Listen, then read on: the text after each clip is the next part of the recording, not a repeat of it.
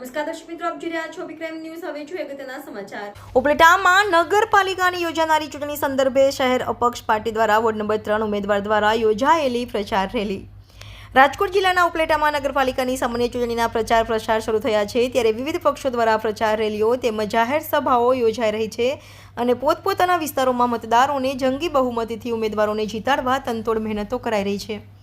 ત્યારે ward number 3માંથી અપક્ષમાંથી Chandrapalsinh Jadeja ઉમેદવાર ઉભા રહ્યા છે. ત્યારે વોર્ડ નંબર 3ના ઉમેદવાર દ્વારા આજે શહેરમાં એક ભવ્ય રેલીનું આયોજન કરી અપક્ષમાં લડી રહેલા લોકલાડીલા ઉમેદવાર ચંદ્રપાલસિંહ જાડેજા અને હંમેશા લોકો વચ્ચે રહી લોકહિતના કાર્યો કરવામાં અગ્રેસર રહેતા ચંદ્રપાલસિંહને નગરપાલિકાની આવનારી સામાન્ય ચૂંટણીમાં વોર્ડ નંબર 3માંથી જંગી બહુમતીથી મતદાન કરી વિજય બનાવવા માટે અને ઉપલેટામાં ચંદ્રપાલસિંહ બહુમતીથી લાવવા એક ભવ્ય બાઇક રેલીનું આયોજન કરવામાં આવ્યું હતું, જેમાં ઉપલેટાના વોર્ડ નંબર 3ના આ બાઇક રેલી આદર્શ સ્કૂલ પાસેથી ચાલુ કરવામાં આવે તે વોર્ડ નંબર 3માં ફરી આ તકે બહોળી સંખ્યામાં લોકો બાઇક રેલીમાં ઉપસ્થિત રહ્યા હતા. રિપોર્ટર ભાવેશ ગોહિલ, અભિક્રાઇમ ન્યૂઝ, ઉપલેટા.